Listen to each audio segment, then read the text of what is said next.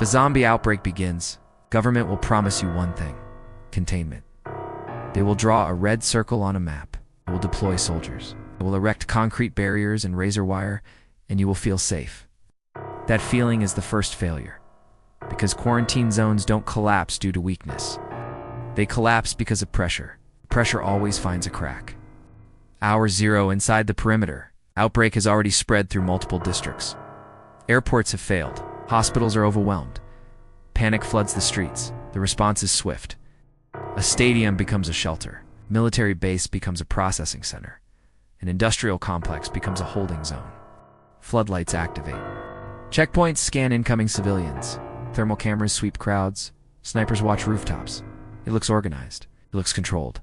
It is neither. Quarantine assumes visible infection, but zombie outbreaks rarely behave that cleanly. There's always an incubation window. Someone enters bitten but hiding it. Someone suppresses symptoms. Someone lies to protect their family, not out of evil. Out of fear, they step through the checkpoint. They are scanned. They look fine. But inside their bloodstream, the timer is counting down. Hour 12. The zone population has doubled. Thousands packed inside limited square footage. Shared air, shared bathrooms, shared anxiety. Rations distributed in long lines. Medical tents overflowing. Rumors spread faster than infection. Then it happens. A man collapses in a ration queue. Medical staff rush in. They restrain him. They attempt sedation. Repeat the hospital mistake. Compassion before containment. When he turns, he doesn't infect dozens. He infects hundreds, because quarantine density amplifies exposure. In open cities, infection spreads outward. In quarantine, it ricochets. Hour 24, panic erupts. Civilians surge toward the gates. The military faces the impossible question: do they fire on civilians trying to escape, or allow potentially infected individuals to leave? Hesitation fractures the line. Crowd crush begins. Concrete barriers shift under human pressure. One infected individual slips through the chaos. The perimeter is still standing, but it has already failed. Because quarantine zones depend on supply chains, fuel for generators, water purification systems, food convoys, medical resupply.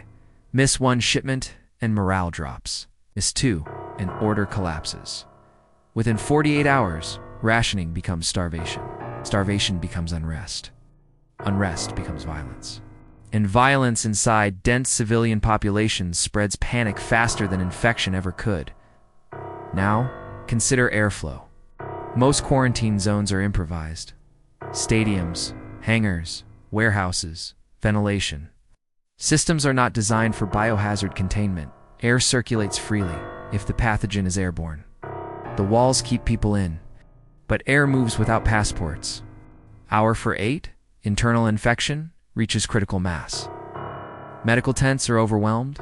Body collection teams fall behind. Mass graves are dug inside the perimeter.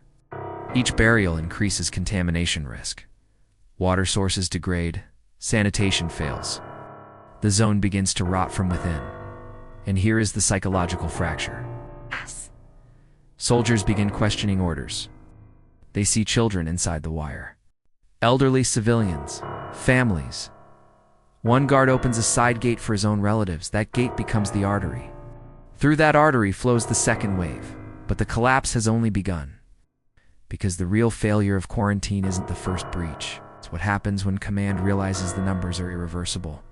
When infection inside the perimeter reaches 10% of total population, structural control collapses. And when command decides the zone is lost, they have two choices: seal it permanently, or abandon it, and what happens next is worse than the outbreak itself. Hour 7-2, command evacuates leadership. Air support withdraws. The zone is declared unstable. But publicly, officials insist containment is holding. From outside, it looks intact. Fences still standing. Floodlights still glowing. But inside, infection has converted the population into a concentrated horde. Quarantine zones do not eliminate infection. They incubate it. They compress it.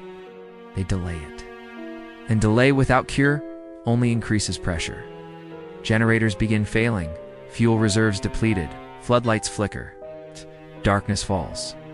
Darkness inside dense human populations is catastrophic.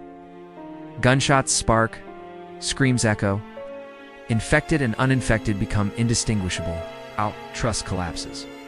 And once trust collapses, structure follows. The infected are no longer scattered. They are synchronized. Thousands pressing against perimeter fencing simultaneously. Metal bends, concrete fractures. Not because zombies are intelligent, but because mass exerts force. And force over time always wins. When the barrier finally gives, it doesn't release dozens, it releases thousands. Synchronized exodus. The quarantine zone becomes a reservoir. And reservoirs, when they burst, flood everything downstream. Now imagine you are outside the perimeter. You believed it was the solution. You believed it was the firewall. But it was a battery charging the outbreak. You were safer when the infection was scattered, because mobility allows escape. Concentration guarantees confrontation. Even if no one escaped early, even if soldiers fired without hesitation, even if walls held longer, the zone would still fail, because quarantine zones rely on continuous external support. And outbreaks dismantle supply networks faster than defenses can adapt. Within a week, every quarantine perimeter becomes unsustainable, not from external attack, but internal entropy. And when military command finally detonates charges to destroy the zone, the explosion doesn't end the outbreak. It propels debris, infected bodies, contaminated air outward. The final phase of quarantine is always release, not cure. Release. That is why quarantine zones always fail, not because walls are weak, but because walls trap energy. Outbreaks are energy. When energy has nowhere to go, it explodes. If authorities announce a quarantine perimeter in your city, you have hours to decide. Entering feels logical. It feels organized. It feels protected. But every historical containment attempt follows the same pattern: compression, pressure, breach, and collapse. The final phase of every outbreak: structure overwhelmed by the very people it was built to protect.